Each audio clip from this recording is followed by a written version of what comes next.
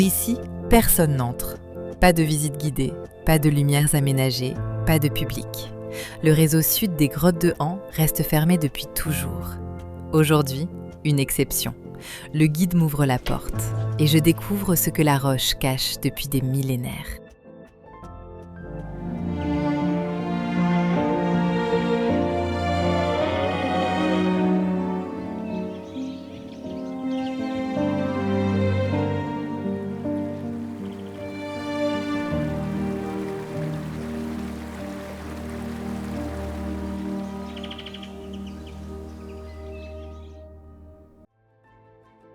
Bonjour à tous, aujourd'hui j'ai prévu de vous dévoiler les coulisses de la grotte de Han, une partie sauvage que les gens ne voient pas, les touristes ne vont pas là, c'est le réseau sud.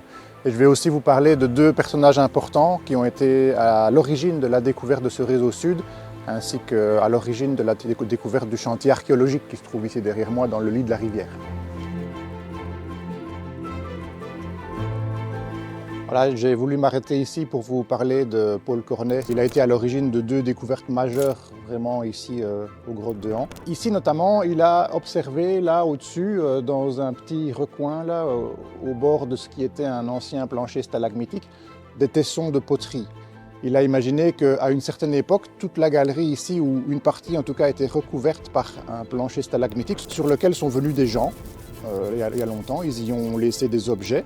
Et puis ce plancher stalagmitique s'est effondré et tous ces objets pourraient se retrouver dans le fond de la rivière. Et quand Marc Jasinski, un autre personnage très important, est arrivé, ce Marc Jasinski, il était plongeur, spéléologue, et Paul Cornet lui a partagé son idée. Et Marc Jasinski, en plongeant dans la rivière, dès sa première plongée, il a retrouvé des objets. Et ils ont retrouvé des tonnes d'objets archéologiques dans le fond de la rivière, de la céramique, des armes, des bijoux, des pièces de monnaie, des ossements.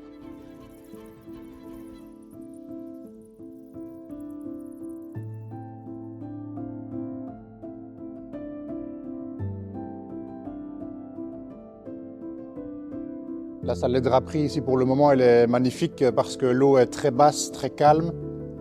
Il y a très peu d'infiltration en plus dans le sol, donc il n'y a presque pas de goutte qui vient troubler la surface de l'eau. C'est ce qui nous offre ce superbe spectacle. Le reflet là sur la surface, c'est comme un miroir.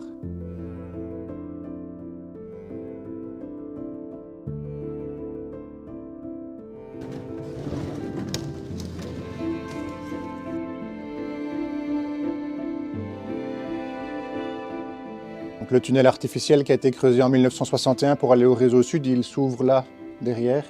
On va franchir d'abord une grille, et puis de l'autre côté, on va tout de suite arriver dans une merveilleuse salle qui est la salle Cornet.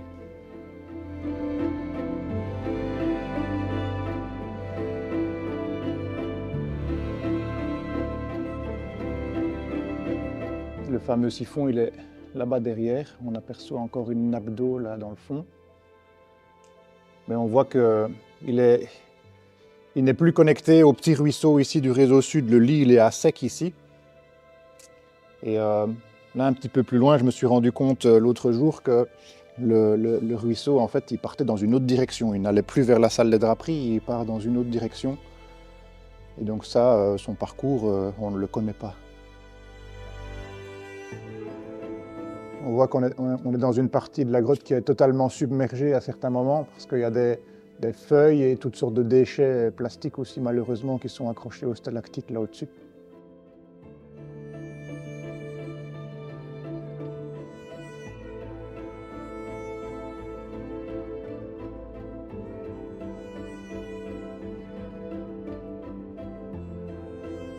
Cette grille de concrétion qui semble couper la galerie en deux et qui semble même protéger la suite du réseau, parce qu'on est encore qu'au tout début là. Hein.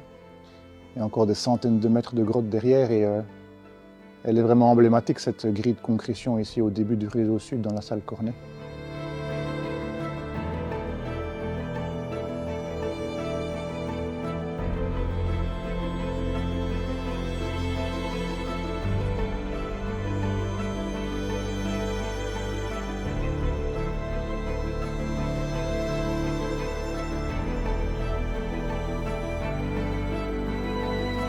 Dans la grotte, il y a de la vie, hein, et dans la rivière notamment, il y a des poissons, des mollusques, des crustacés.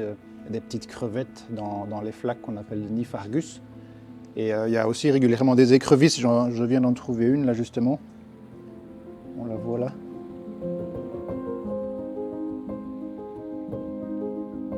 Ici en grotte, on a deux types de plongées. Il y a la plongée plutôt d'exploration, la plongée spéléo, qui a permis de découvrir le réseau sud que je viens de vous montrer. Et puis ici, au trou de Han, à la sortie de la rivière, il y a aussi la plongée archéologique. Donc là, les plongeurs, en fait, ils ne rentrent pas spécialement dans la grotte, ils restent ici dans le lit de la rivière et ils font des fouilles archéologiques dans le lit de la rivière, dans le fond de l'eau. Ils ont découvert des milliers d'objets des 10 derniers 1000 ans. Et je vous invite maintenant à venir voir avec Christophe, le directeur des fouilles. Il est passionnant à écouter aussi. Donc moi, je m'appelle Christophe Delard et je suis le responsable du CRAF, qui est une ASBL qui s'appelle le Centre de recherche archéologique fluviale. Donc en fait, nous sommes une équipe et nous travaillons en équipe sur ce site. Alors il faut imaginer que c'est un site archéologique qui a été découvert en 1959. Donc il y a différentes générations de chercheurs. Nous, on a repris les fouilles en 2012 et en fait, on a deux cycles. On a des périodes de fouilles et des périodes de post-fouilles. Donc ici, en l'occurrence, cette année, on n'a pas de fouilles proprement dites, mais on a la responsabilité de faire des maintenances sur le site. Dans le sens où c'est une rivière, c'est très dynamique. Il y a des sédiments qui se posent, il y a de l'érosion. Donc ici, j'ai une équipe aujourd'hui restreinte, j'ai 8 plongeurs qui travaillent simplement pour sécuriser le site, vérifier que tous les repères soient en place et pour continuer la topographie. J'ai une équipe de 6 personnes dans le laboratoire qui s'occupent des inventaires. Donc en gros, tout le produit des fouilles, tout ce qui était découvert en fouille l'année dernière. Ensuite, j'ai une équipe qui travaille sur les vieux objets parce que le site est ancien. Donc on fait les inventaires, ce qu'on appelle le récollement des collections anciennes. Et puis j'ai une dernière équipe un peu plus technique qui travaille sur le laboratoire, notamment sur le nettoyage, le conditionnement des objets.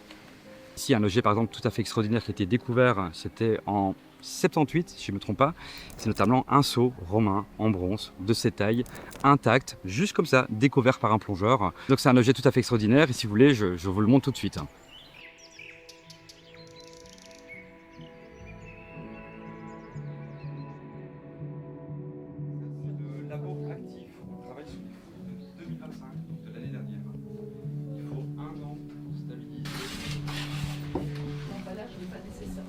Alors c'est un seau en bronze, et c'est surtout un seau romain. Il est de mémoire daté du 2e siècle après Jésus-Christ. Donc ce seau, en gros, il a plus ou moins 2000 ans et ça montre les conditions exceptionnelles de conservation relatives à la rivière. Et il faut imaginer que ce seau, il était associé à d'autres objets. Il y a pas mal de monnaies romaines qui ont été trouvées en même temps. Une amphore, par exemple une Dressel 23, c'est une grande amphore, une sorte de jarre à huile d'olive qui vient d'Espagne, Ibérie. Et voilà, ce sont des témoignages tout à fait précieux de ce qui se passait ici en l'occurrence à l'époque romaine. Alors ici, on a étalé les fragments de verre qui ont été trouvés lors d'une plongée. L'année dernière, justement, on refait tout l'inventaire. Et donc, c'est l'ensemble de verres qui a été trouvé. Et on voit que particulièrement ici, on a du verre blanc, du verre de bouteille, des bouteilles complètes, même intactes. Il faut savoir qu'à un moment donné, il y avait un bar dans la salle d'armes et qu'il y a forte chance qu'il y a des bouteilles qui sont tombées dans l'eau. Et puis, à un moment donné, en bout de course, quand on est à la sortie de l'eau, on les découvre et les plongeurs les ramassent. Et ça devient des indices archéologiques. Une bouteille des années 70. Rien d'ancien, rien d'extraordinaire. Et pourtant, retrouvée l'année dernière, elle devient indice. Preuve que le temps ne fait pas de distinction. Ici, rien ne se perd, tout finit par ressurgir. Le vase romain, la bouteille d'hier et ce qu'on n'a pas encore trouvé.